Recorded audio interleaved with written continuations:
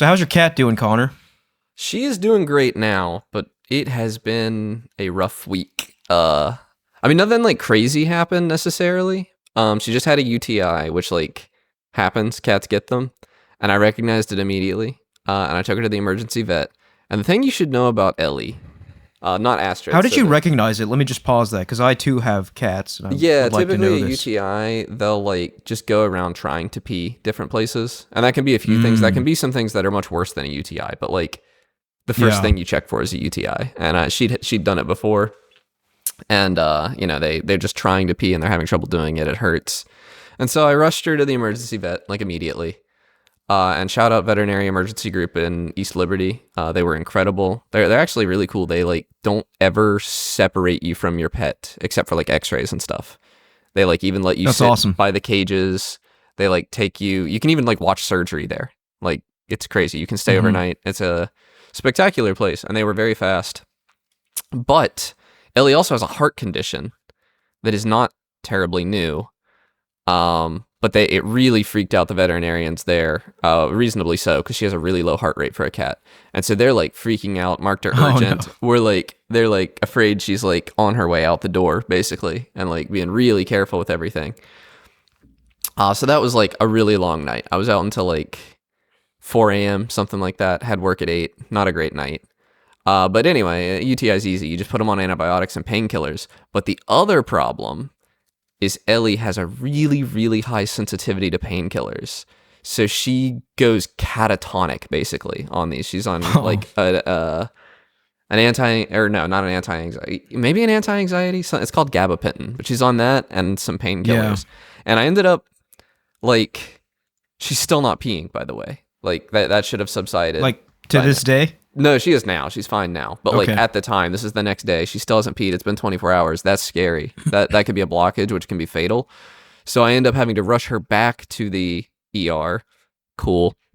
Shout out veterinary emergency group. They didn't charge me a second emergency fee. They considered it an extension of the first emergency. Yeah. Anyway, long story short, I ended up just having to take her off of all the painkillers because they were too, like, you could not give her a low enough dosage to not make her, because the problem ended up being that she was just so high she didn't bother to go pee. Like, I see. Yeah. That's a mood, I guess? Yeah, so, anyway, she's better now. I think she's on the couch behind me. Oh, there she is. Yeah, you can see her. Yeah. Just hanging out. She's doing fine now. But she is something, essentially she has been since I got her. She's like a $2,000 emergency once per year kind of cat, unfortunately. So if you don't have that is expensive. Pets, get pet insurance. Pet insurance is important. Yeah, but I imagine since I can't insure her. You got her when she was older, right? Yeah, it would cost me something like $400 a month, I think, to insure her. Yeah, at this point. It's not worth it at that point. So I just eat the cost. I can afford to do that, but if you get a pet, you should put them on insurance when they're very young, and yes, you'll never have to worry about it. I highly recommend that. But yeah, happy ending. She's fine. Astrid is obviously fine. She's not been getting enough attention the past week, so she is. Astrid's the one that's always showing off on the show. By the way, Ellie's the more chill one. Yeah. But we got to see both of them in this open, which is kind of neat. Yes. This is Astrid.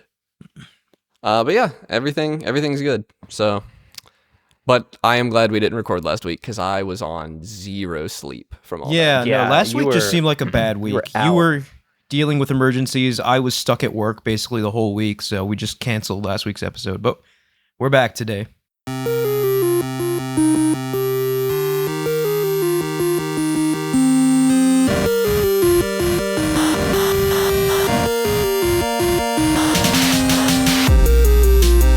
And welcome back to Game Talk. I'm your host, Damon Meow. Today I'm joined by Connor. Hey, guys. And Mike. Hello. And we missed last week. We're back this week. We want to talk about EA, and specifically the fact that EA announced that they are getting bought for a paltry sum of $55 billion. They're not worth that, by the way. So much not even money. Close to worth that.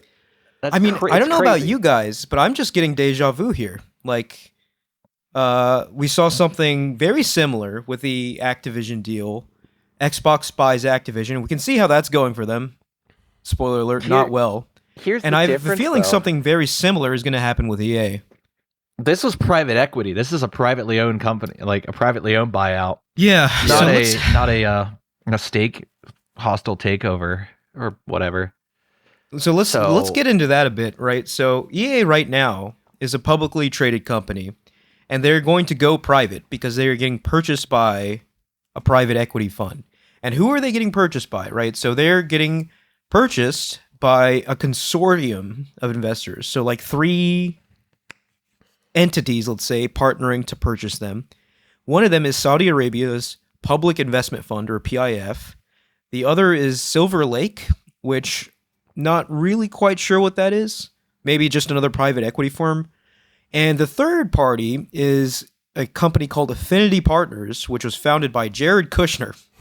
So this all-star cast here is going to be purchasing EA. So I've seen some weird, like the vibe among my friends has been like mostly about the Saudi Arabian half of this or third of this.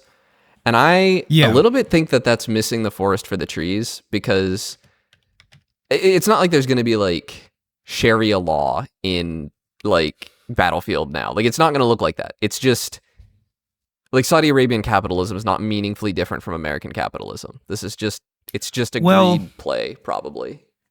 Where I kind of want to chime in there, and this will get more explicitly political than we usually get, so if that bothers you, just deal with it however you want to deal with it. But Saudi Arabia is like an Islamic state, right? Their religion is fundamentally intertwined with their government. To the extent that, religion plays a part in lawmaking in that country very heavily, right? Like women's rights are very restricted there. And I think your friends, probably rightfully so, are worried about what a country like that, when they gain ownership over one of the largest video game publishers in the US currently, what will that do to their games? Specifically, the games that BioWare makes, right? Like BioWare, Rest in peace, BioWare. Has had a storied history of kind of pushing the social envelope, right? Like they were very good about like LGBTQ plus inclusion in their games way before people were really doing it in video games. And video games like The Sims, right? Like, which is also owned by EA. I just don't see a reality in which EA is suddenly going to be okay with like, all right, because being gay is like outlawed in Saudi Arabia, right? Punishable by the law. Other half of the mergers is the president's son-in-law. So the FTC is not going to do anything. There's no shot that the FTC steps in and does anything, because again, who's going to say no to the president's son-in-law? Well, the FTC is not operating right now, are they? Yeah, they're not operating. Plus, the government, the current head is an appointee. Trump in general is just very good friends with the Saudis, right? They're all kind of under the table, giving each other money, that sort of thing. I just think it's very going to be unlikely. a terrible time for that company. I mean, one, you're not going to get another Mass Effect game under this. It has nothing to do with woke. BioWare's dead. Yeah, BioWare's dead. You're just not going to get one. That's going to be a financial decision. I don't think. I really don't think religion is going to play a part in this. I think this is purely a capitalistic move. Because I think they would have bought somebody else. Sims is going to get cut. Even though the Sims money, they're going to try. I find it extremely unlikely. So what I think you're right in a sense, Connor. Like you're for sure right about the capitalistic angle. The religious, like social enforcement angle is mostly speculative at this point, right? But you're for sure right that this is specifically a money play. And that's also highly concerning, right? Because, I mean, we're kind of seeing it right now with Activision too, where every year it seems Microsoft has a series of layoffs to further kind of consolidate their primary IP. And I could see something very similar happening with EA, right? Like EA, we have FIFA, which I guess is now called FC or whatever football club. Money. Madden, right? Also prints money. Yeah. And those are the two big ones, right? Like, I mean, Battlefield obviously is also very popular, but nowhere near to the extent that FIFA and Madden are. Right. I do think it is an honor and privilege to currently be playing the last good Battlefield we will ever get. I think that is more than I do think more than likely it is. It is a spectacular feeling. The inevitable thing that comes with private equity is either one, the games get better because creative freedom, but here's the thing: they're not getting bought out by these nonchalant investors. They're getting bought out by people who clearly just want to make as much money as possible from this IP, because that's what venture capitalism does and private equity does, is they buy something, juice it for every dime they can get out of it, and then crash it. EA will die. Mm-hmm. Not tomorrow, not next year, but within maybe a decade or two, EA will be juiced to the point where it is just a husk. Yeah. I think that's very likely, and I think it'll actually probably happen sooner than your timeline there of like a decade or two. I mean, EA is on the hook because of the way they leveraged it. EA is on the hook for what, $20 billion? $20 billion right now is being used to buy this. Yeah. EA is directly on the hook for that. So EA is now in the whole $20 billion, even though they just got bought out. Yeah. Yeah, so this is not like they're suddenly flush with money. It's actually the opposite. It's the opposite. It is a terrible time to be a dev at EA because your job is now threatened. If you are not part of their money-making arm, you're going to get cut. You're going to get I do think, exactly, that's exactly right. I think they're going to shift focus on what is profitable, right? Yeah. And then, like, obviously, I keep mentioning BioWare because that's, like, my beloved company, right? Like, BioWare gave me Dragon Age and Mass Effect, 2 games series that kind of shaped my tastes today. They haven't really made anything that spoke to me in a long while, but I still think it would be sad to see them go out this way, right? Like, I think the most optimistic solution would be like some of these studios kind of buy themselves out and spin out into like independent video game studios. Which is a possibility because private equity does, one of the first things they do tends to be liquidating on what they see as unprofitable.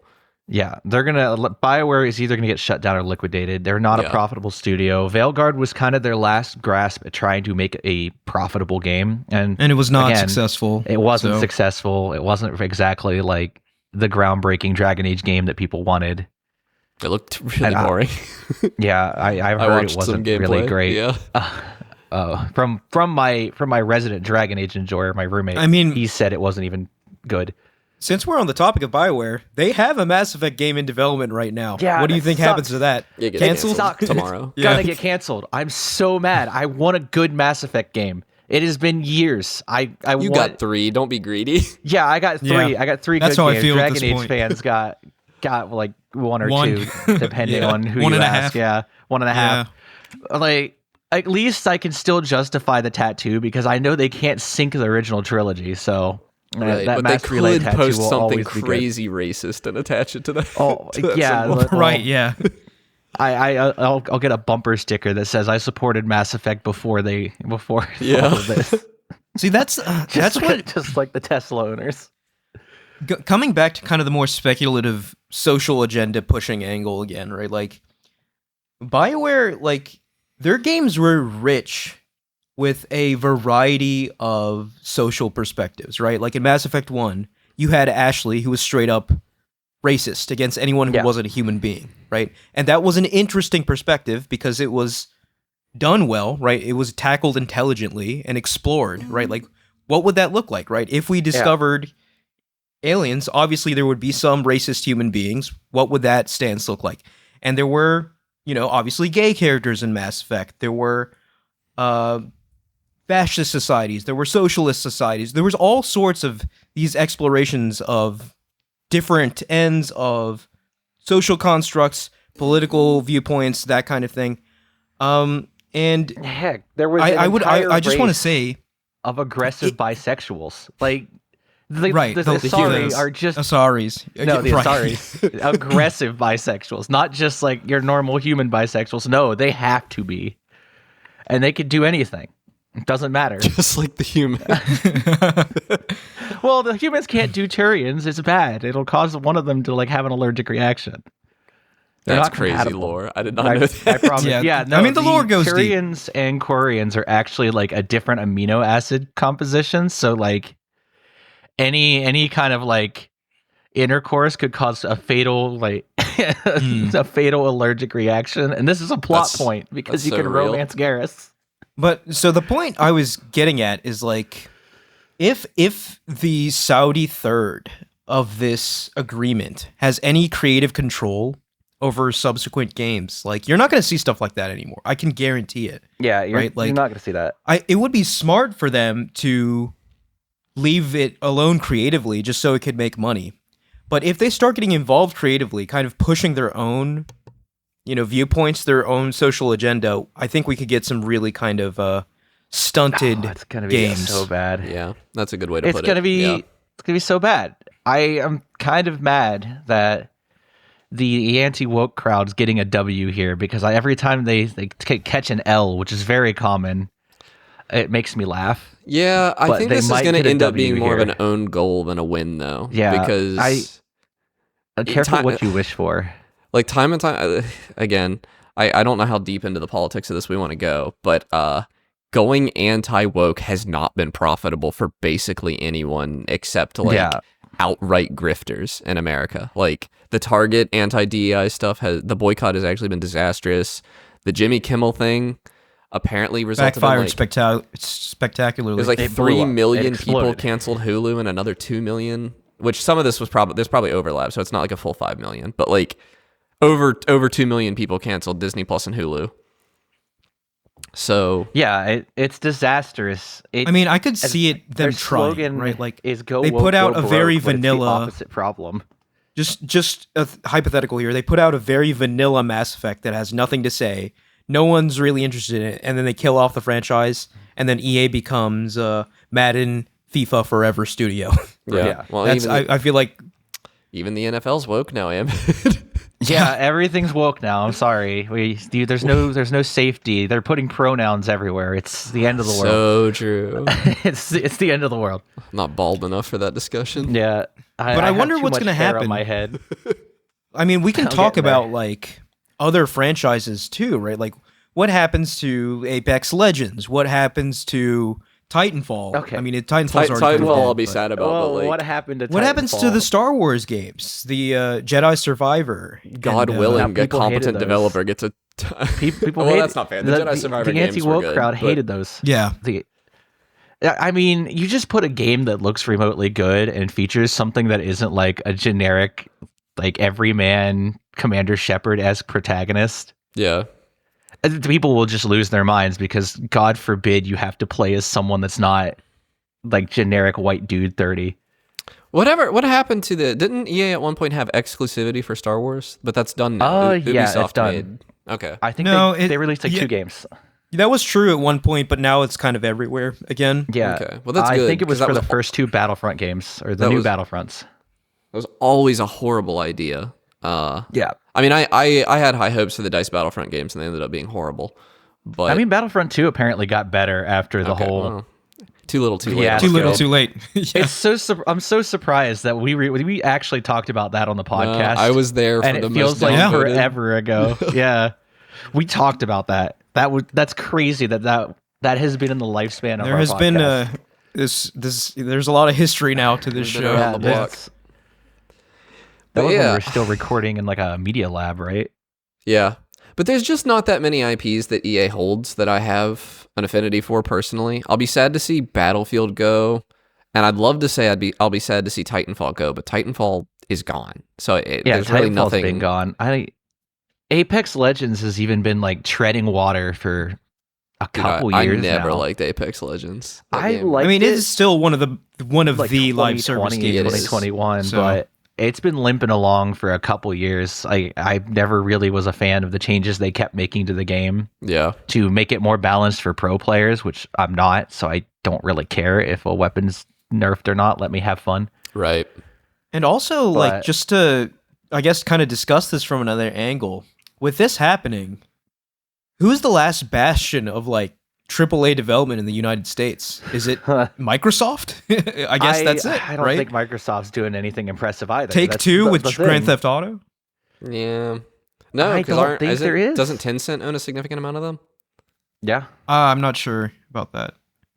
But it's very much dwindling. Ubisoft is a French company, right? Right. Who's getting bought out. Obviously, I guess at the end of the day, it doesn't matter Valve doesn't make games though. Valve doesn't make They games. have a Valve Half-Life makes game in production. experiences. We know that for certain. They have a Half-Life game in production they're right making now. Deadlock We don't know if too, it's so they Half-Life are 3. making a game. Yeah. We know, They're and they're making a making game. Deadlock. Like they make games. Yeah, they have It's just Deadlock. they don't make games you're interested in. But Yeah, they that's don't make fair. But games okay, that'll but here's the break fact the though. bank. Like, the rest of the world is putting out much more than the U.S. now, and that's not the case, right? Like that was not the case. You rewind like 15, 20 years ago. Naughty Yeah. Dog So- is US. Like, Technically, yes, but they're owned by Sony, which is a Japanese company. yeah. Anyways, but like, I just thought it'd be an interesting lens to look at this. No, you're through, right. Where It it's just is. like less AAA power in the United States. Yeah. I mean, AAA as an industry is also kind of killing itself off with dev costs right now. So unless you're it's Pokemon. not exactly a surprise. Yeah, unless you're Pokemon and spending then you're $1.50 per game. Yeah, that's crazy. $1.50 per game. We're in the 3D era, and Pokemon practically prints Nintendo money. Please just give the devs more money so they can actually make a good game. Please, I beg of you. If they would make a 10 million profit, is not a game make. they could sell You'd those, make not a including profit. cartridge costs. If they sold Pokemon for $2, they would make a profit. Make a they're charging $70 for a game with a cost them budget of $16 million $10 to make. million. Like, that's insane. But we don't have to talk It about is- that. Yeah. Yeah, 'Cause we don't have facts I don't know. on that. We only have like a rumorous leak. Like I don't. Right. I just don't like EA. I hate to see a company get acquired, especially by private equity, because It as is- much as Well, people I mean, there's just so many might layers to it. celebrate Like, it. Well, it's It's- really it- funny to watch Jared Kushner in Saudi Arabia buy the most. Now I don't know how out of date this is, but I do remember them winning the most hated company in America. I think like people 2 still years hate ago. that was EA. pretty out of date. Yeah. To EA's credit, though, they have been improving slowly but surely, year by Yeah. year, since they won that prestigious award. Right? You could play They Battlefield. on actually phone won it again. several times. So here's the thing, like there's sport games like Madden. People have Madden players. I follow this community because it's very funny watching them buy the same game every year and get mad that nothing's changed since the Xbox They buy it 360 though. era. You look They at the do. sales list, They buy and it's it, at the and top I see a every year. review from a Madden player every year about the game, and he's like, "Yeah, this is garbage. Why do I keep buying this?" And then next year, you'll see 200 the hours on same record. exact review. You'll see Yeah. the same review. It's like, "Yeah, this is garbage. Madden hasn't been good in a decade. Why are you still buying them? You know it hasn't been good. How's he in a supposed to decade." know if he doesn't buy it? It's not gonna. But promise I mean, it's the not gonna reality of change. it is that football is just so popular in the U.S. That game's gonna sell. Like even Yeah. if they change literally Apparently- nothing year to year, it's gonna Apparently, sell, this year so. they did change a good bit because the college football team has been doing God's work to make it work and make it actually a good game. That's a different series, So, though, right? Yeah, it is. But they're using the- the same engine, so I think the having a second dev team working on the engine is actually improving Madden. The Call of Duty approach. Crazy work, yeah. But they're doing two separate games. They're not just throwing an entire studio at a game, or entire like stable of studios at a game and hoping it works. Right. Which Call of Duty's not even working anymore. I don't know. We'll see It's how that it's a launch bad Call of goes Duty compared to year. Battlefield. Which is, Yeah. yeah. Do we want to talk about the new Battlefield some, or do we want to wait for that? Oh yeah, let's. I mean, we've been playing it, so we can talk about it. I'm then, probably gonna but- buy it when I get paid next because I've spent a lot of money for this weekend. Real. So Yeah, yeah, but yeah, I don't know. Like, looking at the size of this deal too, 55 billion. Like that's. I want to say almost as much as the Activision deal, right? Obviously, it's like roughly 10 billion off. But like, what's 10 billion when you're talking about that kind of money? Right? EA And it's also for like only like, EA. Well, to be clear, Activision was not worth the amount of money that they paid for. No. it. EA is not worth half of this amount of money. I No, don't think. You would have to like It is crazy. seriously be cooking the books to make EA seem It- to be worth this amount of money. I think from an external perspective, like these people who are not necessarily in the industry but have all this money to burn to try and, make more money, gain cultural capital, whatever they're trying to do, they look at the best-selling games each year. Obviously, Call of Duty's at the top. Obviously, Candy Crush is at the top. That's all under the Activision umbrella. That gets snapped up. And then you look at Madden, you look at FIFA. These are two of the most popular games year over year for eternity, it seems like now. So I guess it was just... from that perspective, a matter of time before someone rich looked at that and was like, I want that. But the thing We is, are like, in unprecedented times right now with studio, like these big publishers that we thought were never going to get snapped up, just getting snapped up. My problem with that is like I do not trust these penny pinchers to have any understanding of games. They don't. I do expect they look at the money a little. Yeah. I mean, I guess I'm asking too much here to ask them to understand money, which is like there was just this very high profile Activision Blizzard acquisition that has been nothing short of disastrous for Microsoft. Why would buying a worse company for the same amount of money be a good play? But let's unpack that a little bit. It has been nothing short of disastrous for the developers and for the consumers. For Microsoft as a company and their stock price, it's just gone up, right? Like I refuse. I do not believe for a moment that Microsoft stock is going up because they bought. Probably not because of that. Certainly not because of that. But it's going up regardless, right?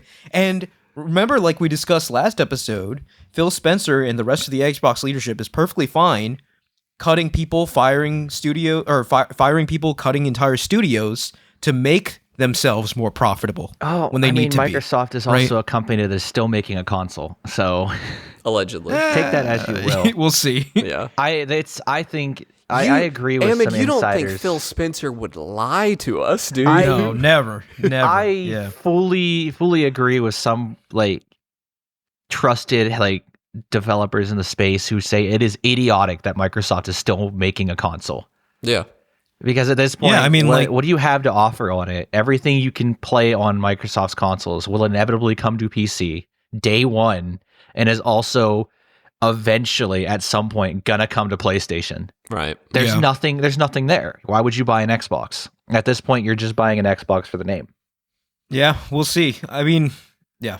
We said our piece on Xbox last week. Yeah. We'll see if anything changes, but yeah, I'm not a fan of this EA deal, I guess, to put my final thoughts out there. Yeah, like I'm not a fan. I'm not a fan of it from a health of the studio's perspective. I think a lot of EA studios are going to close. I don't think we're going to see any more Star Wars games. I actually doubt we see another Battlefield game. We're certainly not going to see another Mass Effect game. We're probably just going to get EA and FIFA into infinity, which I have no interest in. And God forbid the Saudi arm of this wants to flex their creative influence and make a game. I have no interest in that agenda being furthered, right? Like it's tough, right? Like we live in a very varied world.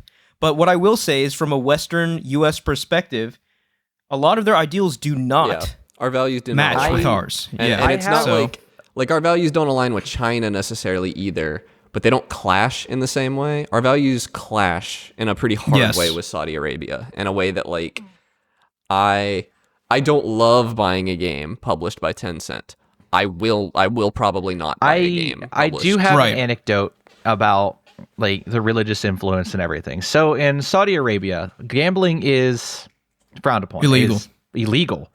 Yeah. And naturally you'd think that if they were interested in money, because Saudis are really invested in esports right now and a lot of esports scenes. Right. And one of the biggest sponsors in esports right now that's still keeping a lot of old like esports alive is gambling.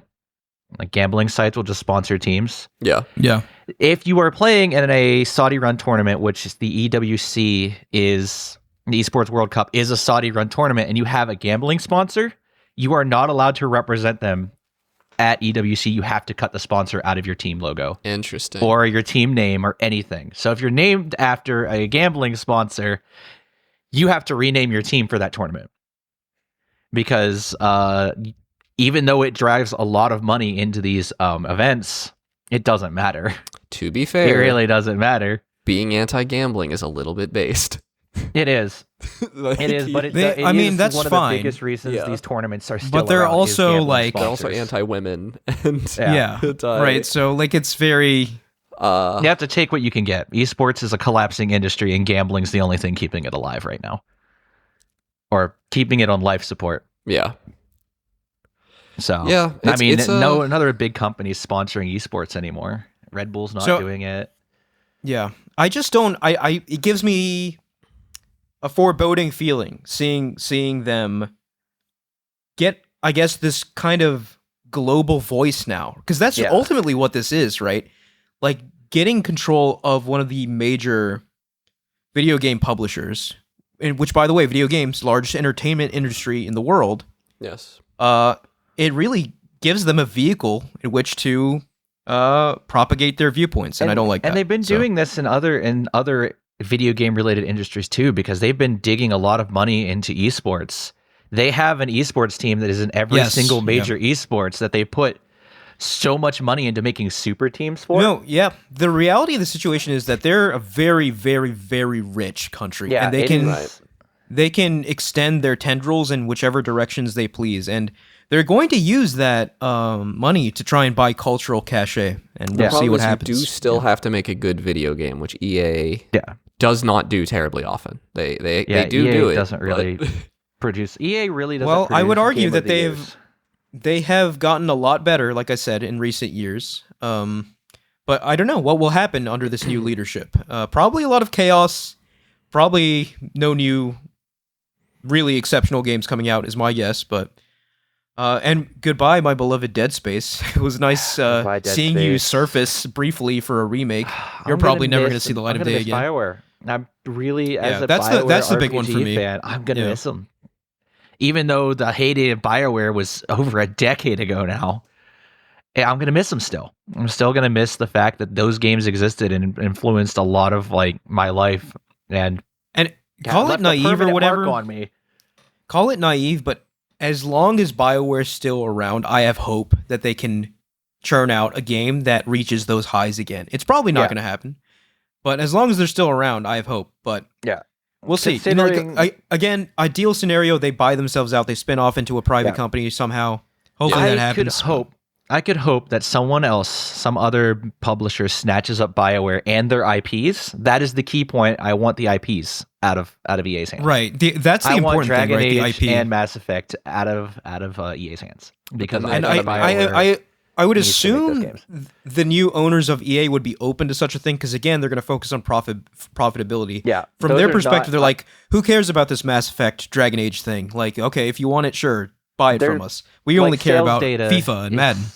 They're very niche titles now. Like Dragon Age isn't a title that everyone's going to buy. Neither is a Mass Effect game anymore. They're sizable fan bases that'll eat it up, but they're not going to break through like, say, a new Battlefield will.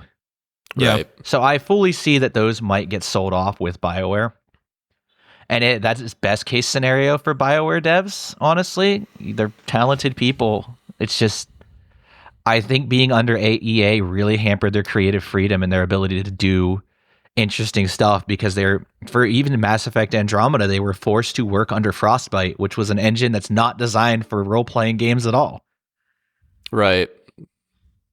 Yeah, it must not be fun being an employee at EA right now, at one of EA's studios. You're definitely tense, wondering what happens next, and probably applying to jobs. Yeah, I think based on what I've heard from insiders at BioWare, it is a tense. They don't know when they're going to get fired. They just know it's going to happen, but they're going to work and working on Mass Effect regardless. Right. Until a project lead comes in and tells them to pack up their desks and go home. Right. At this point, I could not imagine going to work every day thinking that could be your last day at work. Yeah, it'd be very tense. That's tense. That has to be so stressful and anxiety inducing. Yeah, so this is one of...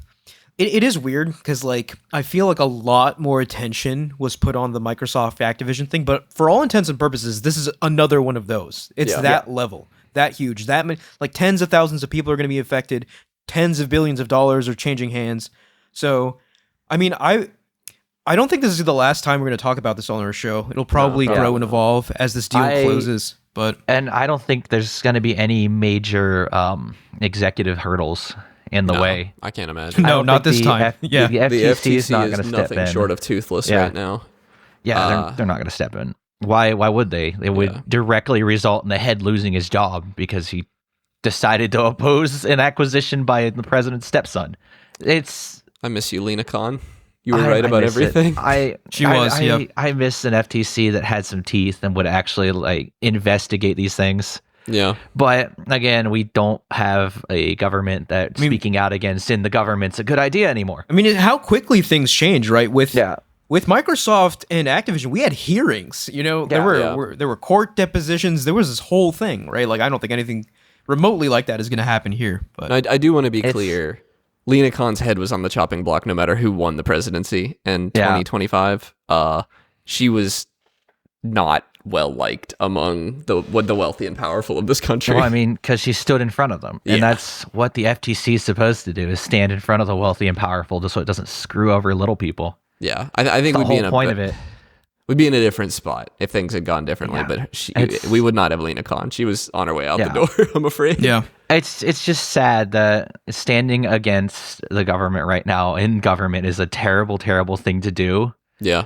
And it just sucks. I could go on for hours about how terrible, terrible U.S. politics is right now. Yeah. But that's just going to make us all sad and depressed. Yeah, we're not that show. Yeah, we're not that show. So EA, adios. It was nice knowing you. Yeah, adios EA. It's hopefully what's hopefully the term? Little bits of you that I like survive. Is it in-shitification that they're about to undergo? Probably, That's the proper term, yeah. Yeah, I mean, think so. Granted, they've probably already been going through in-shitification, but it's just gonna get worse. It's going to get much privately worse. Owned. Now you're on the hook for $20 billion, so a lot of these services are going to get even more predatory. Get ready for online passes again. I guarantee you they'll try to bring those back. Yeah. Increasing Apex Legends Battle Pass or something price. I can see that happening. So stupid. I remember how much predatory monetization they had back in a decade ago during the 360 era. It's like you can't buy this game used because you have to spend another $20 on an online pass, or else you're not going to be able to play online on this multiplayer game. Yep. That was a terrible couple years of gaming where every game came with a code in the box to play online. Yeah. A miserable time. Yeah, so I don't know. I think that's all I have to say for now. Obviously, if things radically change, we'll probably discuss this again, but any final thoughts on EA being gobbled up? No. It's just I can't even say it's sad to see it happen because I've hated EA for so long. It's just weird. Yeah. It is weird. Yeah, things are just going to be very different now. Yeah. Ubisoft seems like the only giant left, right? When are they going to go?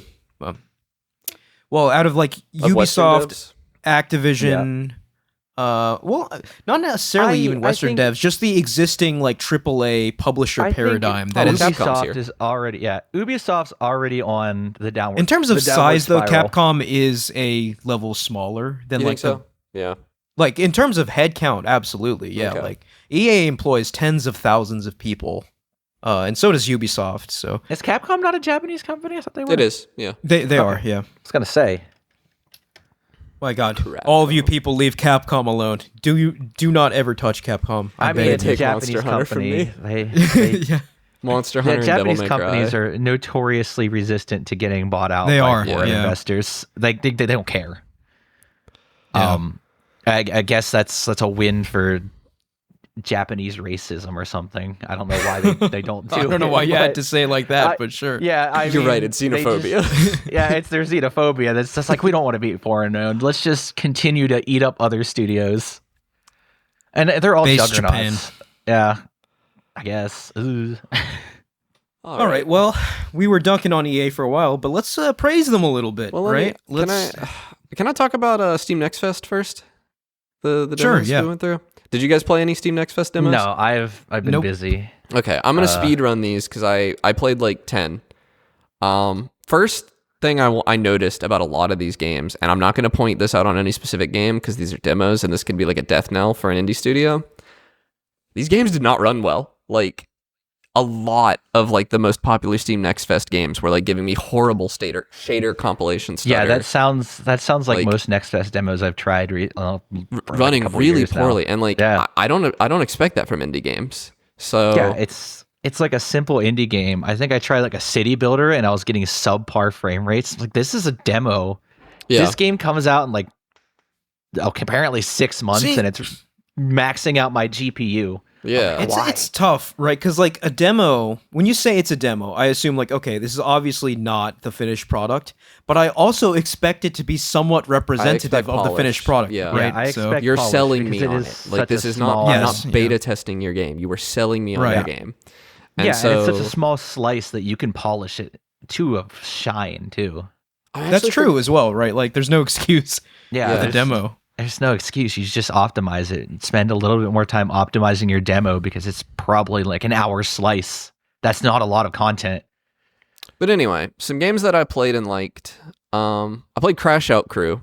This is it's aggro crab, and this is another like friend slop kind of game. It reminded me of Overcooked a lot, or Played Up. But you are working in a factory doing you're driving forklifts, so you're loading stuff onto trucks, and there's just a bunch of different hazards that can happen and stuff.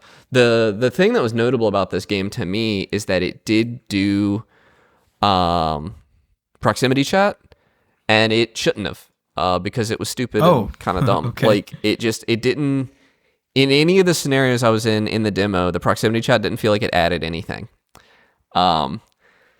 Excuse me. It was just kind of annoying that I couldn't hear my friend when he was too far away from me. So this is the first game I've played with proximity chat that I'm like, why did you do this? Like, even in a real world scenario where I'm working in a warehouse like this, I would have a walkie-talkie or something. And if there was like a walkie-talkie item you could buy that would fix that, I think it'd be fine.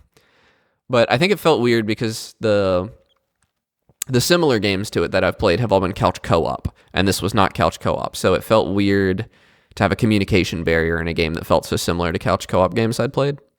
But I liked it overall. Another game I played, The Oversight Bureau. This was a game that is controlled. It has like first-person controls, but the whole gimmick is that it understands your speech. I don't know if this is an AI thing or whatever. It wasn't like talking back to you with AI. They were clearly pre-recorded voice lines, but it could understand what you were saying. And so like there were little robots, and you would just tell them what you wanted them to do, and they were smart enough to go do what you said or That's interesting. react to what you said. And like there was like a part where you had to sit through like a therapy thing, and like you would answer the therapy questions and get different responses based on your answer.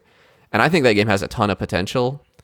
My only complaint was it was very slow. Like the dialogue would be really slow, and in reality, I would have interrupted the person for talking so slowly at me.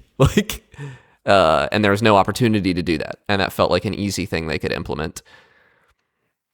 Well, I will say that like it's cool that it seems like new tech is being explored here.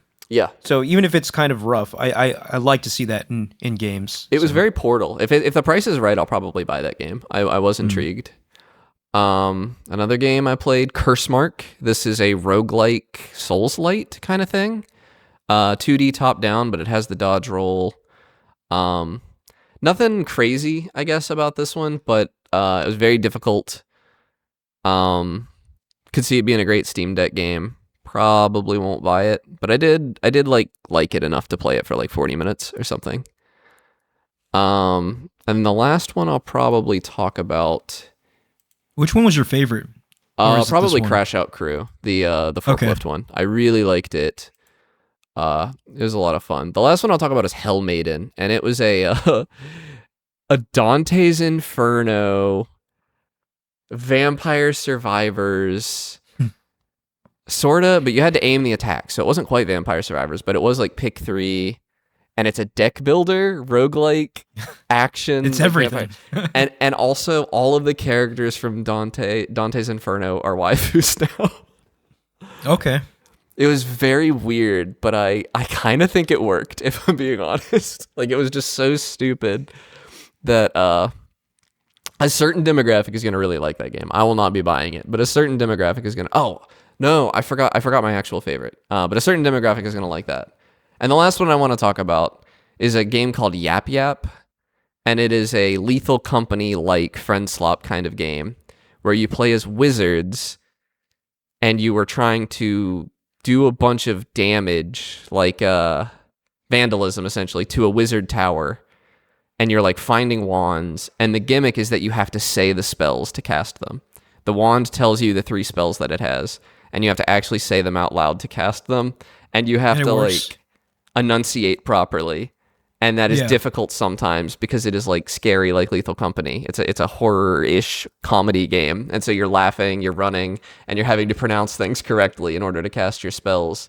That's interesting. 2 of the games you played rely on voice to actually control things in the game. It's interesting that that's becoming big because the technology, I don't think, is new. I had a mod for Skyrim where you could say the shouts. No, I mean, like, that's what you did when you played Skyrim, like, using Kinect and stuff. Oh, I didn't know. Yeah, I had a mod for that on PC.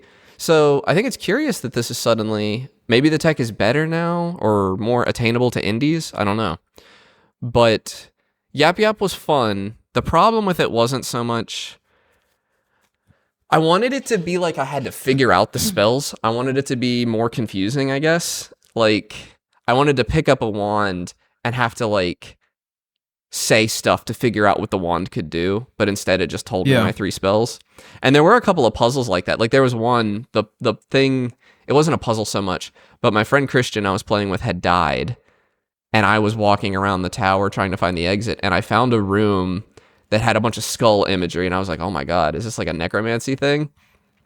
And then words started appearing on the screen in front of me, and I read them. And I didn't hear this, but apparently for Christian's screen, my voice was getting deeper as I read the words. Oh, that's pretty cool. And then he came back to life. It was a necromancy spell to bring back your friend. And like that alone, like kind of sold me on the game.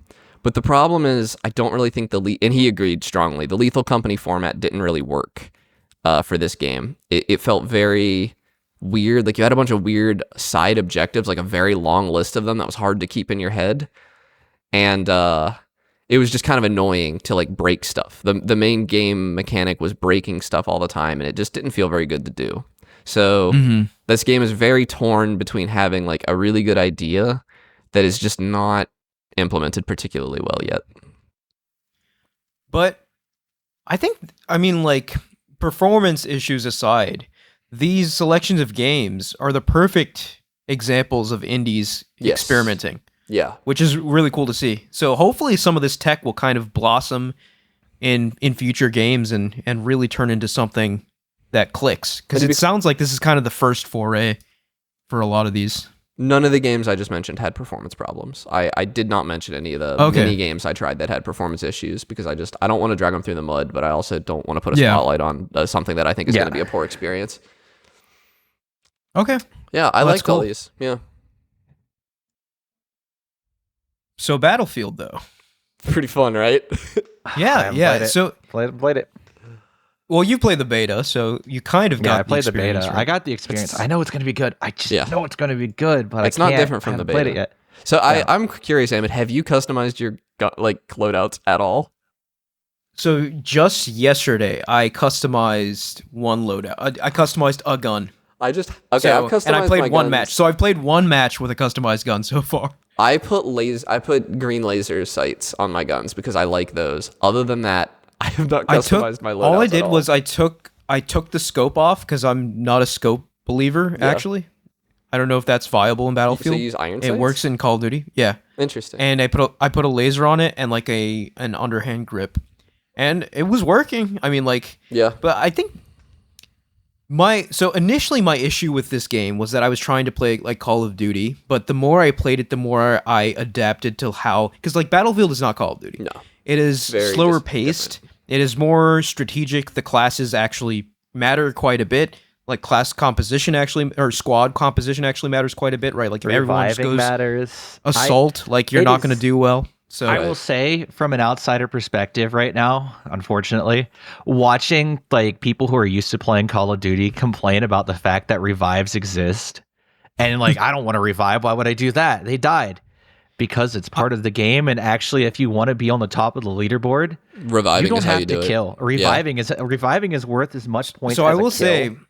On my first couple matches, I was in that camp. I was just like, it's so slow, right? Because when you go down, like you might have to wait like 10 seconds or something before someone revives reviving you. Just hurts your and team. that like, I was like, this, I get it, right? Like, but this kills the pace of the match for me. But like once I kind of the pace of the match though. No, once I kind of adjusted my expectations, just like, okay, this is just a slower paced game. I started clicking with it a lot more. The only time when I was playing the beta that I'd hold to respawn and just give up was when I knew I wasn't getting a medic. If I was in the middle of the enemy team, no one's coming to revive me. I'm dead. I'm just going to respawn. Plus, I will say it makes so much more of a difference, like playing with people that you're actually, like your friends, like I play with you and Antonio, like playing with people you actually are talking to and like coordinating with. It really, Battlefield shines when you do that. The game shines. It is such a team-based game that I think a lot of people that are used to Call of Duty aren't used to the fact that it is a team game. It is very much. Helping your team is very valuable, and you will win more matches if you just help people.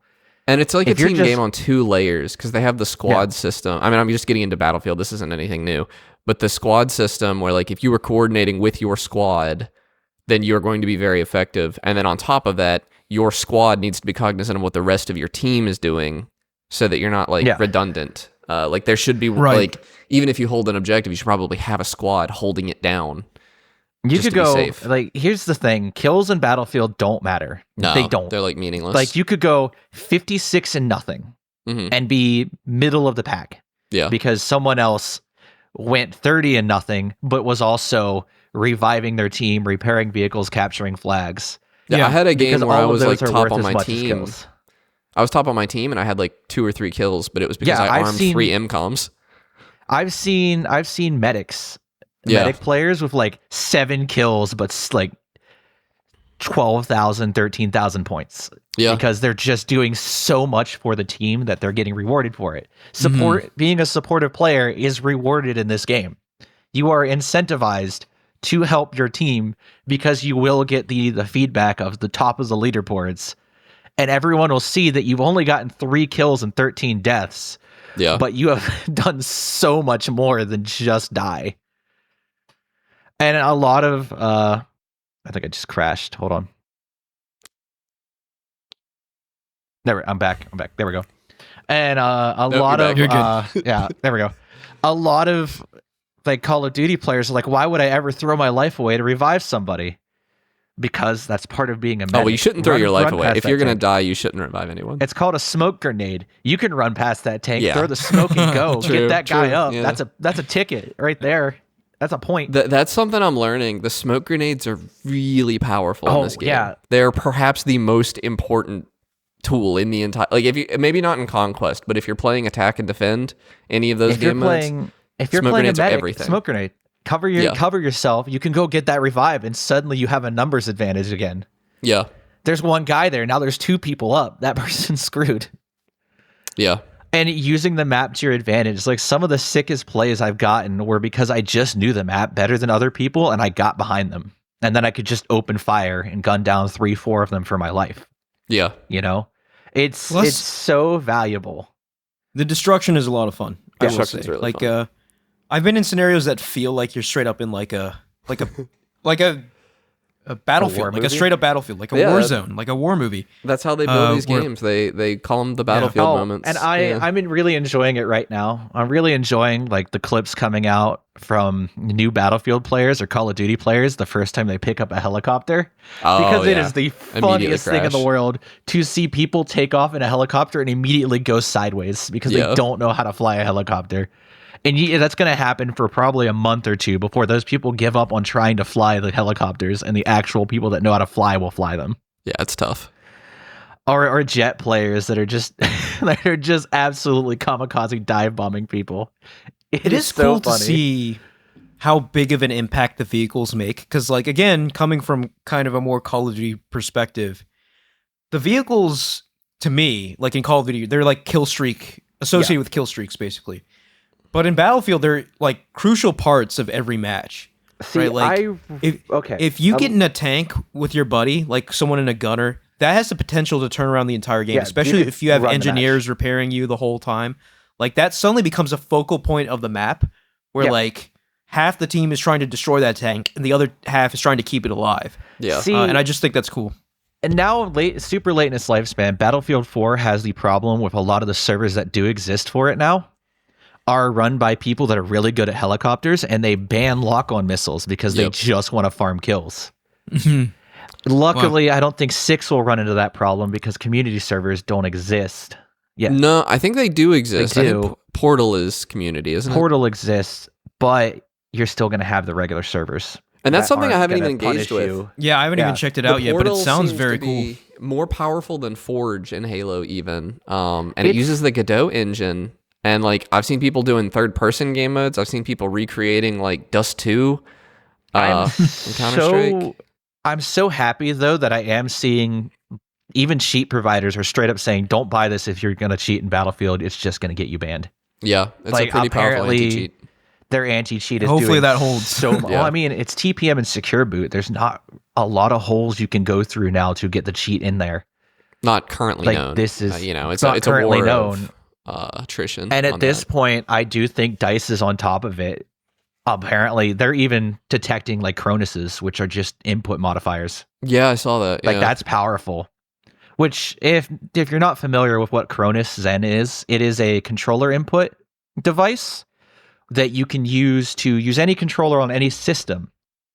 However, it can also you can also use it to use mouse and keyboard with gamepad aim assist, and it's treated as an Xbox controller. So it gets controller aim assist. That's a hack. That is a hack. And it also allows you to filter scripts through it, like recoil scripts and everything. So it effectively is used to cheat. People say it's a legitimate device, but it's straight up used to cheat. A lot of people use it to cheat and get all the benefits of a controller with keyboard and mouse. I'm actually curious what your experience has been, Ahmed. You're playing on a controller, but you've played on PC with us a few times. Do you feel like it's a huge unfair advantage for PC, or is it just kind of fine?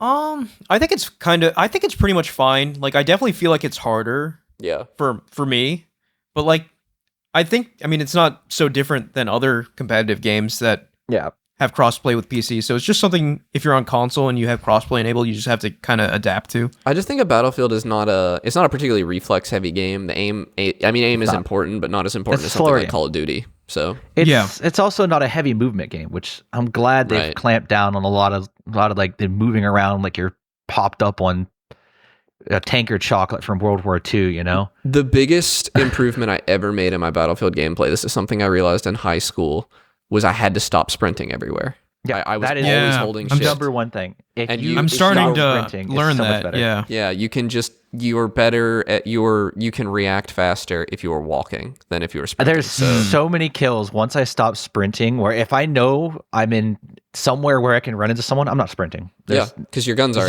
not out. If my gun's up. My gun's ready. As soon as someone comes around the corner, I can open fire. Yeah. And oftentimes, if they're not paying attention, they'll just run right past me, and they're dead instantly. Yeah. It is the number one thing that made me better at Battlefield is sprinting and using like stances. Because sometimes just diving to prone in a firefight will help you a lot and will make a lot of difference. Throw off their aim. Yeah. It's a great game. It is. It looks great. It sounds great. It runs great. I have it. It runs great on everything, right? Like maxed out I'm on PS5 Pro. It looks gorgeous, and it's running at least 100 FPS. I feel like all the time. Yeah, seeing a AAA game come out in the year 2025 that at launch runs perfect. And I'm not having any shader compilation. That's a unicorn. Yeah, but DICE has produced a unicorn in the performance area. Yeah. Yeah. And I have played a bit of the campaign. It's fine, right? Like I kind of just treat it. The worst part, but I kind of just treat it as more kind of eye candy, right? Like if I kind of want to just turn my brain off and play like I don't not necessarily chill. I was gonna say chill FPS campaign. I mean, you're in a battlefield, but like it's something where you don't have to think too much. Right. It services that, and it's pretty to look at as well. Yeah. So. Yeah. So having a good time with this game. Yeah. Me too. Oh boy. But I think we're ready to talk about now for the elephant in the room. Monster Hunter Wilds a little more. Can I? So before we're talking about Omega, but before we actually get to Omega, me and my roommate Dalton, friend of the show, we used to play all the time with my ex. Right. And before we fought Omega, I'm like, okay, so I have a difficulty scale in mind, and we're gonna rate Omega on it that goes from 1 to 5. 1 was, can my ex beat it? Because my ex wasn't great at Monster Hunter. Okay.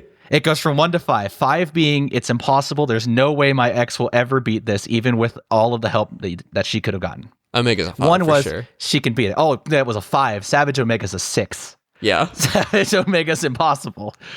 The amount of tries I took to do regular Omega, I think total it was 10 hours of gameplay. Really? Omega's the robot, right? Omega Planetus, it's the Final Fantasy robot. It took I think it was 20 tries. I don't have an exact number because I never really kept track, but it took several days of See, that feels validating because you kept telling me you beat like stuff on the first try that I did not, and I did beat Omega Planetus on my first try. Here's where it got weird. So it was me and my roommate Dalton fighting it.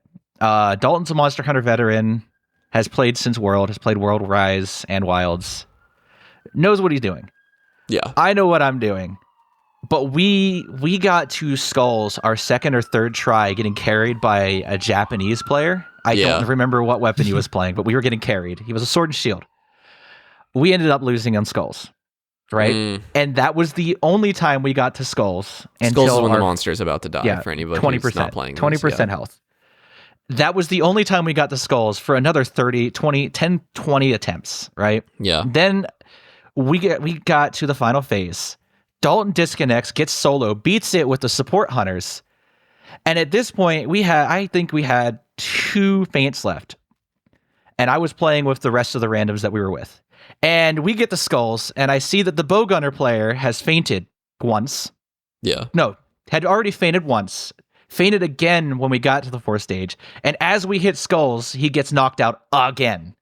Ruining the hunt. Just a random. Not even my fault. Then we roll. Then I get my friends Nathan and Oct to hop on. So we go at it as a 4 stack. It takes us 3 or 4 tries, but eventually we beat this stupid robot. Yeah. Absolute nightmare of a fight. Probably the hardest fight that I fought in Monster Hunter. And I know Savage is just as difficult. No, it's not just as difficult. It is an order of magnitude more difficult. So Savage, we did give it 1 shake through, just me and Dalton, and we actually made it to stage 2. So Savage is, for my money, it's a Shadow of the Erdtree tier boss fight. It is such a Omega itself is such a hard fight because it requires you to forget how you play Monster Hunter and play it like an MMO. It is so hard. It's so I've been playing it with randoms. I played it with the Pittsburgh Hunters Guild, and we didn't even get close. We didn't even get past the 2nd phase ever. Playing with them. So I started queuing with randoms to learn the fight better. And I ended up getting matched. I'm playing Hunting Horn, and I ended up matching with a group of 4 pretty good players. And it was like I did probably 10, 15 runs that night, and this is the only one I really remember. But it was so insanely cinematic.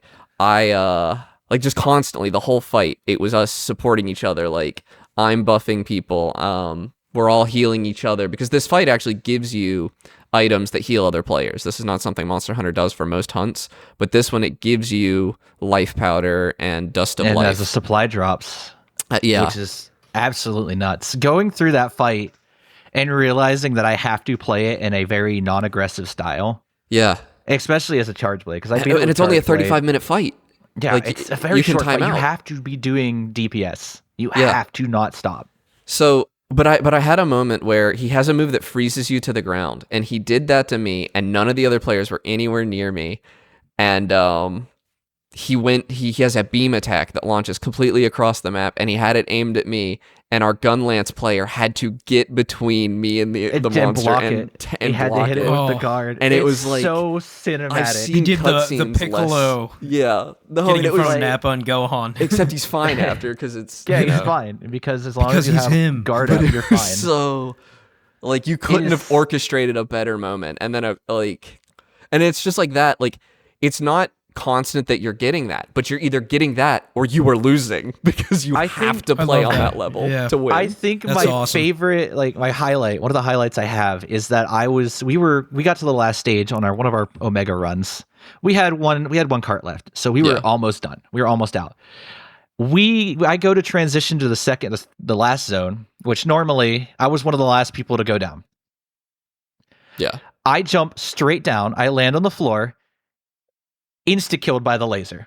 Yep, that happens a lot. Exactly 0 seconds to react to this. There was nothing I could do. I have a Twitch clip of me just getting roasted. Absolutely roasted. I was not paying attention because I was transitioning areas and looking at my item stocks.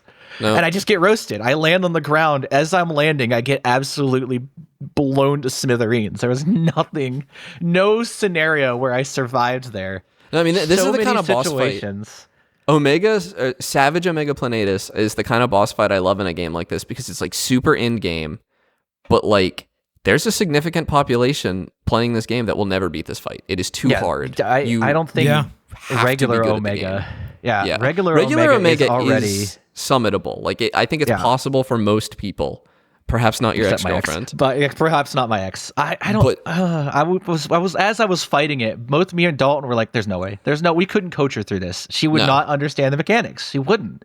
And she'd get angry after hour 4 of our 17-hour marathon. Halfway through this fight, Amit, just like as an indication, it summons a second monster, and you have to do kill a DPS that monster. Check. That's crazy. Really quickly, or you lose because if you don't kill it. Yeah, it like does a full map beam that like kills everyone if you don't kill this unless Nursilla you farcast her out. If you farcast her out, you can survive. You have to do it before 80. Interesting. But okay, I didn't know does it gets a substantial damage buff, so everything one hits you now, and it also gets a substantial defense buff afterwards. So the fight becomes doubly hard if you do not kill that Nursilla. But let me tell you how there were. Like, I felt so good because I'm playing a blunt hunting horn, and I knocked that Nursilla on its ass, and it never got up. I just kept knocking it out over and over again until we killed it. It is such a satisfying fight. And there was during our last couple tries when I got all my friends, we actually failed on the Nursilla twice, and those were the only 2 times we failed on the Nursilla. Yeah. But what happened on the last try was I get completely stun locked. Like, I get just bad RNG on attacks and kind of got thrown to the wind. I will say the thing that doesn't feel good is when you're playing with randoms, frequently people quit the second someone faints.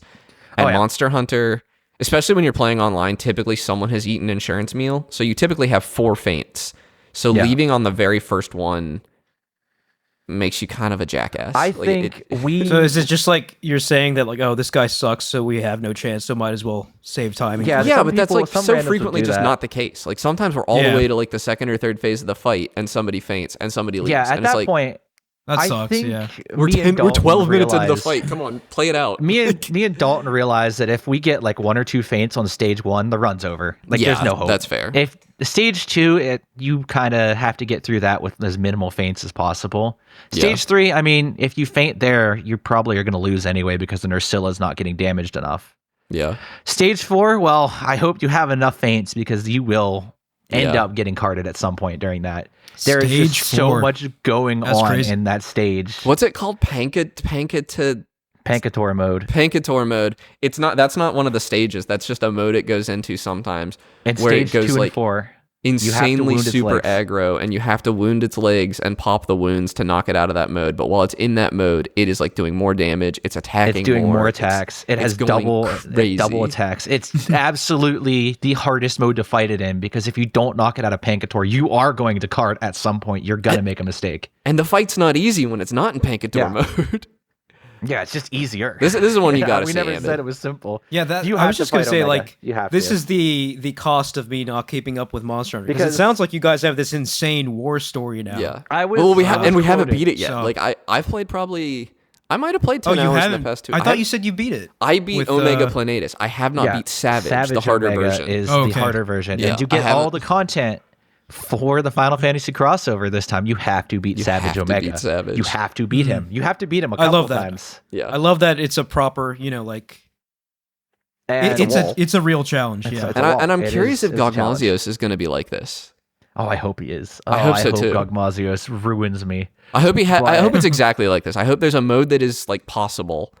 And then like a hard mode like this that is like I've seen absurd. people who have defeated Savage Omega 100 times though, which is crazy to me. Oh yeah, I've seen people do it solo. Like there are people who are just god gamers cleaning it out. Yeah.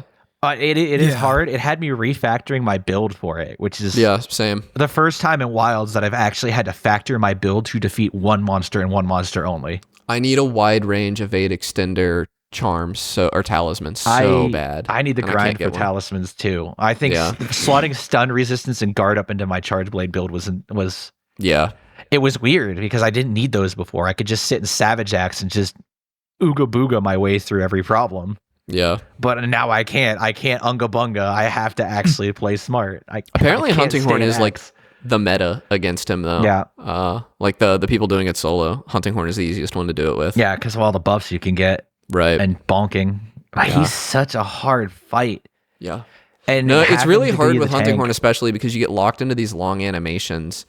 And he gives you a pretty generous amount of time to dodge, but if you're locked in an animation, you're not going to be able to do it. It is so funny. Like early on in the fight, I would try to perfect guard some attacks and then charge Savage Axe because that's my. You don't have time. Yeah. I don't have time. I perfect guard, and the perfect guard animation is long enough that I get hit by another attack. Yep. So now I'm stuck. There have been so many scenarios where I'm like, I have no option to dodge this. I have to guard. And it just kills me. I'm just dead because I run out of stamina because he now is throwing every single ability at me he can to make sure my day is over. It is so important to have a good tank for this fight. Somebody on like Lance or Gun Lance. Theoretically, you could do it with Sword and Shield or Charge Blade. I've seen it done with Great Sword. I've seen a tank with Great Sword. You'd have to be a god. Oh, my friends are strong with the Force. A charge blade, it's so hard because I lose damage standing in tank stance. I can't be aggro from a defensive stance that's not charge blade. Lance and Gun Lance are probably the easiest to do it with. And I'm thinking about relearning Gun Lance because I have a really good in-game Gun Lance. So I'm thinking about putting a build together with that so that I can tank for randoms. If I want to fight, I might pick up a Lance because that is the one way to be a very effective aggro tank because I can just sit there and poke him. eat its head. From guard. Yeah. And you can do that with charge blade, I don't well. have that. Yeah. I don't have that benefit for charge blade because if I have to attack it, I have to drop my guard. And God bless guard points. They have saved me so many times, but it's always by accident. I cannot plan around it. Yeah. I have not been able to plan around guard points. I never got good enough to do that either. There were so many times where I'd get like an attack out and then I'd perfect guard off of like a guard point. And it's so satisfying when you hear that perfect guard sound as you're sliding underneath of him. Yeah. But Jesus, it is such a hard fight. And oh my God, just learning it, trying not to die. Very, very rewarding once we finally killed it. Yeah, I'm glad you're playing it too, Mike, because I think this is a fight that is going to weigh in on our Game of the Year talks. I mean, I don't think Monster Hunter Wilds is Game of the Year, but I think this is going to help it move a little higher up in the bracket. I definitely do think this is the Monster Hunter I wanted. Yeah. This is the one that made me like, because for like 3-4 days at work or when I'm just sitting there, I'm thinking of ways to kill this stupid robot. Yeah. It was my white whale. Like, yeah, I was the Captain Ahab in this situation. It consumed me. It's a really hard fight. Theory crafting this fight with my roommate. It's like, okay, what if we do this? I know we can guard its laser. Let's try that. Should I swap off Charge Blade? Is Great Sword the answer? Am I gonna get killed? What's happening? Such a magical fight, and it's only 100 rank 40. No, it's on a rank 100 for Savage. It's 40 for 40 for base. And I said before we fought it, it's like it can't be that hard. It's meant for 100 rank 40s. We're like 100 rank 90, 100 in end-game gear. It can't be the that thing hard. is, you don't get any stronger after 100 rank 40. There's nothing new you get. So, well, no, at 100 you can get the RNG talismans, and at 60 you get 60's Arch-Tempereds. Oh, really? I thought it was 40. Okay. Yeah, I don't think it's 40. I think Arch-Tempered is you might 60. Be right. Yeah. I don't remember, but I know all I know is that it did not matter that we were I'm level 250, something like that. Yeah. Yeah. Like, it didn't matter that I was in endgame gear. It was still a hard fight. Yeah. Or approaching endgame like good Ardian weapons. It doesn't matter. I'm full Ardian. Suffer. Like I'm a full you don't get one shot build. Yeah. Yeah. You just don't get one shot if you have defense charms on. Like that's it. Yeah. And since Savage Omega comes out, you get one shot anyway. Yeah. Doesn't matter. I tried. So what you need, it's not good enough to have in-game gear. You have to have in-game gear. You have to have, I think it's Mega Armor Drug and Mega Demon Drug. Yep. And you have to have Hard Powder and Demon Powder. and you need to have an immunizer, and you need to have somebody with wide range on your team to heal you if you get knocked down, and everybody needs to have Dust of Life, and everyone needs to have Life Powder, and you have to make sure you bring your hot drink because it's cold. And that's why I just keep environmental resistance. It definitely sounds like an MMO raid boss. Okay. Yeah. You guys even down to like red circles on the ground you have to avoid. Like it is 100% an MMO raid boss. Here's my controversial comfy gem that I always keep. I think it's called element or environmental resistance, so I don't have to worry about keeping hot drinks up. It is you just, don't have room it's a for one that slot. In this one though. Oh, it's a one slot. It's a one slot. It's that's fair. Like I trade it out for a one slot. I'd rather keep that little bit of comfort because it is. I could probably find room for that in my build. It's a cooldown I don't have to worry about because it's not like it's a 2 or 3 slot gem. It is a 1 slot gem, and a lot of armors just have a 1 slot that I otherwise would not slot anything into. Yeah, like it's either that or I get something crazy like what is it? Like a I don't know. Well, I don't know what I'd slot in there. Maybe like a fire resistance charm, but I'd rather have the fact that I don't have to bring an item with me. Right. To save space and time. I'm running out of items, by the way, fighting this guy. I'm running out of potions. Yeah. I'm running out of everything. I minimize the amount of items I have in my rotation just because it maximizes the amount of speed I can get to the item I need. Like I'm optimizing my item build. That way I have less time trying to go between items. Yeah. It's crazy. It's a crazy fight. I love it. Monster Hunter's a good video now that game. I've started fighting 9-star tempereds too, because I finally hit Hunter rank 100. Yes. After the great and those are fun too. Have you tried out the herd fights yet? No, I haven't had a chance. I haven't seen any on my map. My friend Nathan has a fight for 5 Kulu Yakus. Oh, nice. Let me tell you. These names, man.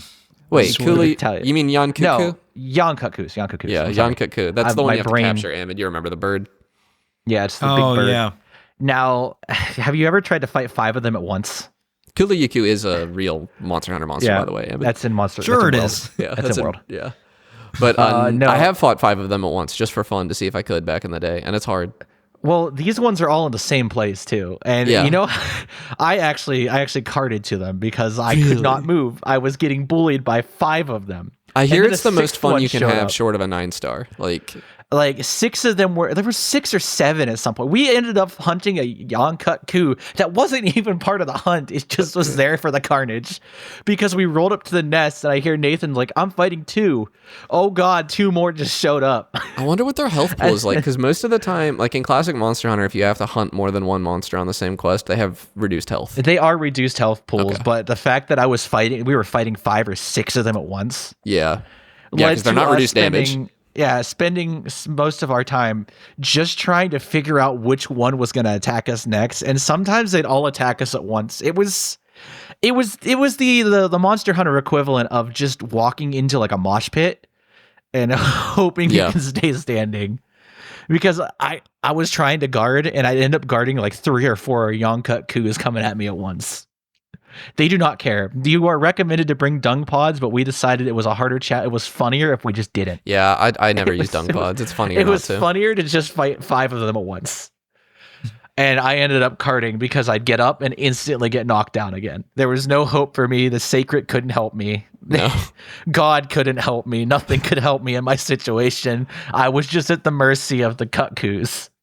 Good video game. They're so stupid. It's such a stupid fight, and there's no other one that you spawn 5 of them. No, Doshiguma, I think you can do 5. Oh no. You can do a whole herd of Doshiguma. Yeah. Most of them are weaker. Terrible. Yeah. It's like the alpha and the babies. The alpha and all of its betas. Yeah, true. It's orbiters. So true. That sounds so terrible. Those things are already an annoying fight because they don't telegraph their attacks that well. Yeah. I love the Doshiguma, I have though. To fight 5 of them. Doshiguma's like Arkveld is the box monster, but then like Raydao is the tier below that, and then Doshiguma, in my opinion, is the tier below that. Doshiguma is such a fun fight. He's got all the mechanics. Yeah. Because I think he gets even more aggressive at low health, right? Yeah, I think so. Yeah. Like he's one of the monsters that gets super aggro at 20%. Yep. And none of his attacks really have any telegraph. They just kind of come out. So you just have to get used to it. I can't wait till they get a 9-star. I know they're doing 9 stars of the mid-tier monsters, and I know Shogumas are Fulgur Anjanath soon.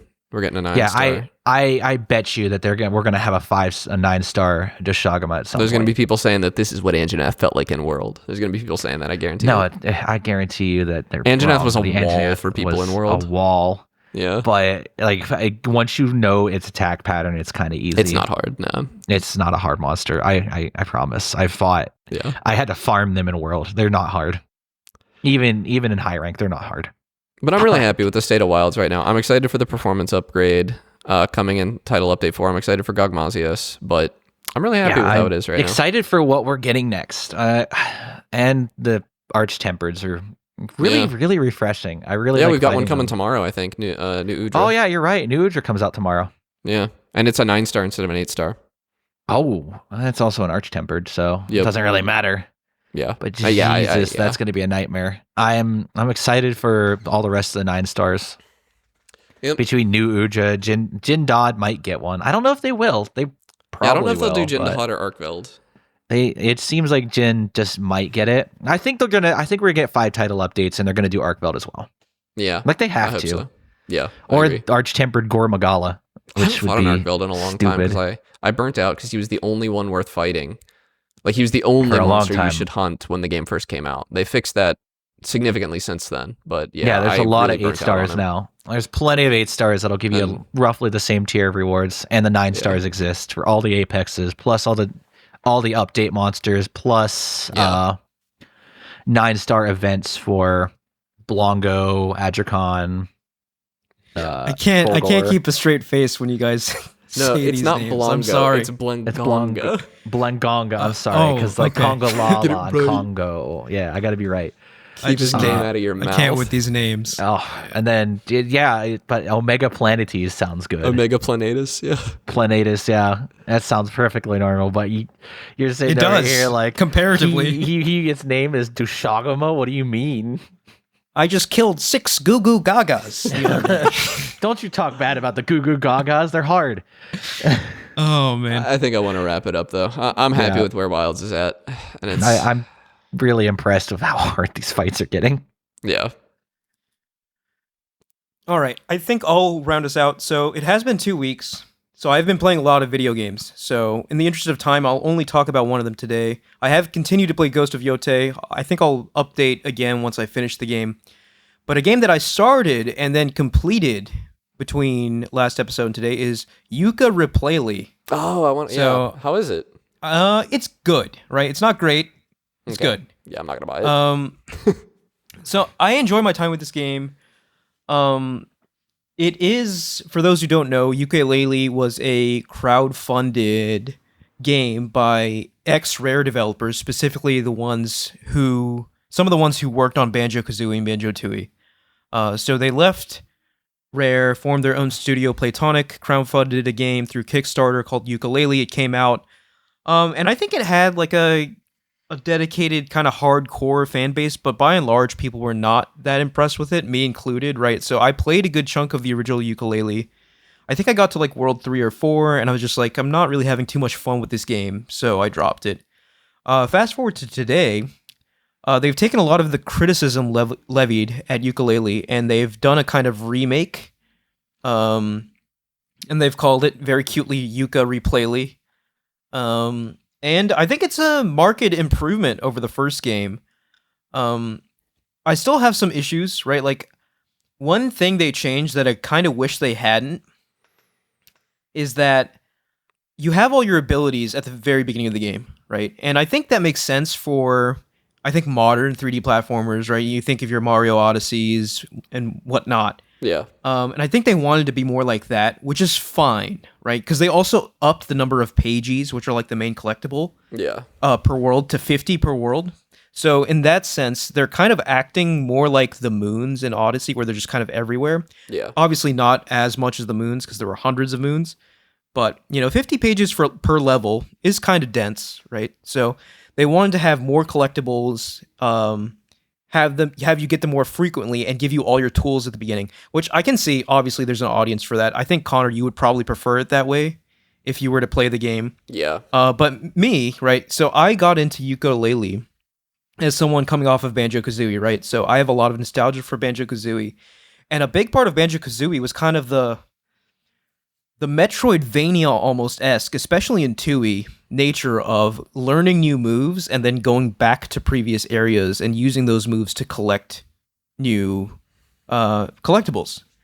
So that is no longer in this game, right? Like, since you have all your tools at the beginning, you could presumably collect every single pagey in every single world right when you first enter. Yeah. Which some would view as a positive. I think a lot of people do. Some view as a negative. I say I view it as a negative, but I bet I would get annoyed doing all the backtracking if I had to learn the moves, so who knows, right?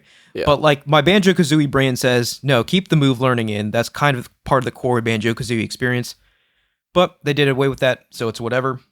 But it's still enjoyable, right? Like, so the levels, from what I remember, right, like in Yooka-Laylee, because it's been many, many years since I played the original, is that one big problem I had with the original was that there was just too much open space in the levels where nothing happened.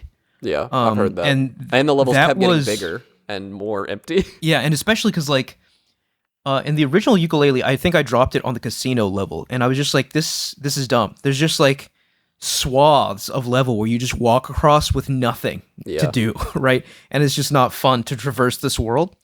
I would probably say the casino level in Yooka-Replaylee is still my least favorite level, but it's much improved from Yooka-Laylee. It's way more condensed, way more stuff to do. So yeah, just quickly talking about the 5 levels, right? So there's a total of, let's see, there's 5 levels and 1 overworld. So there's a total of 300 pages to collect in the game, but I think you need roughly about a third of those, or maybe even less. Yeah, I think roughly about a third of those to actually finish the game, which I kind of wish they upped that number, because you could presumably just do the first 2 levels, really, and maybe a little bit of the third, and then just finish the game. I think that's fine, though. I mean, you only need 16 stars to beat Super Mario 64.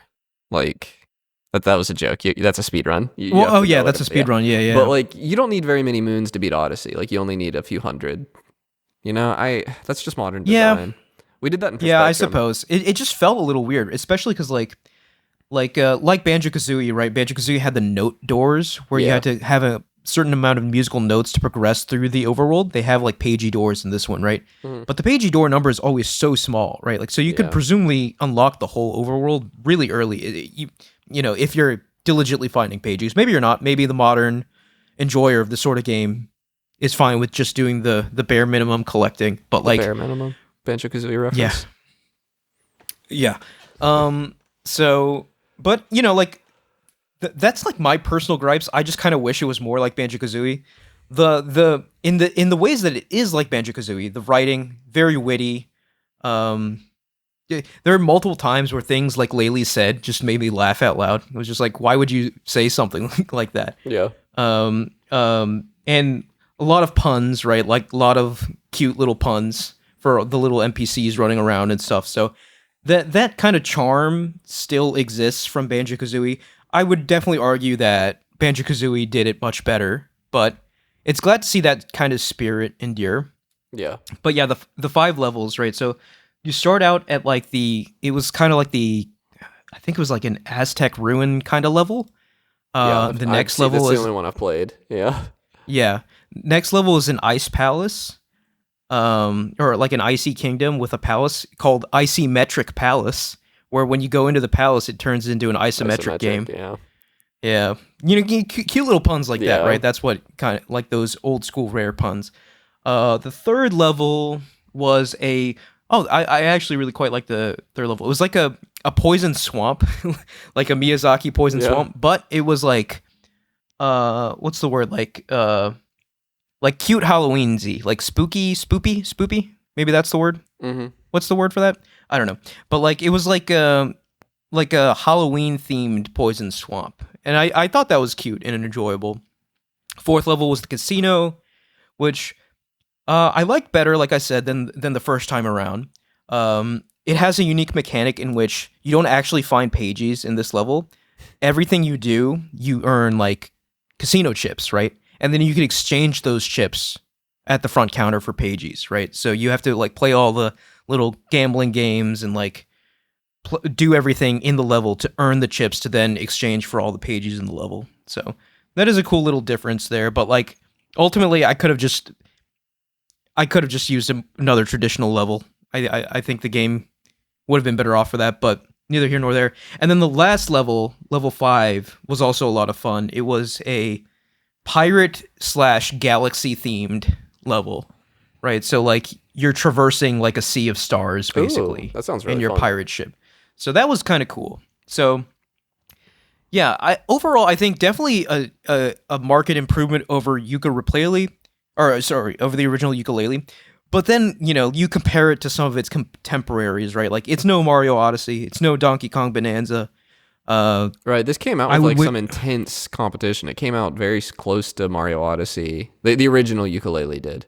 Yeah. It was like Mario Odyssey, and A Hat in Time had come out just around then, too. And A Hat in Time. That was the game I was trying to remember, right? Yeah. Like, I don't think it's no A Hat in Time. A Hat in Time's a banger. But, like, it has its own charm to it, right? Like, so if you have a hankering for that kind of old school rare humor, that old school rare kind of, I don't want to say level design because it's definitely kind of changed, but like it's like got one foot in the old school rare level design and one school in like modern 3D platformer like design philosophies.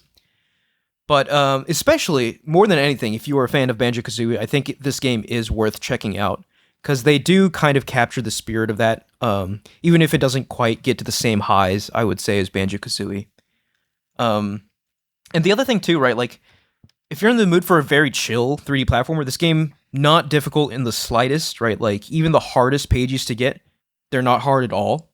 So it's very much like a breezy, you know, turn your brain off and just kind of chill, enjoy 3D platformer. So if all those sound like things that you're interested in, check out Yooka-Replaylee. So that's all I have to say about that. And I think with that, we will end the episode right when we said we would before the show, right? An hour and 30 minutes. So. Yeah. All right, thank you all for listening. You can follow us at Podcast Game Talk on Instagram, YouTube, TikTok, and Blue Sky. Please click the link in the description of the podcast to join our Discord and talk to us there. And please like, rate, and review us on any podcast service you use. Thank you, Connor, Mike. Yeah, see you guys next week. See you next week. See you next week. Bye.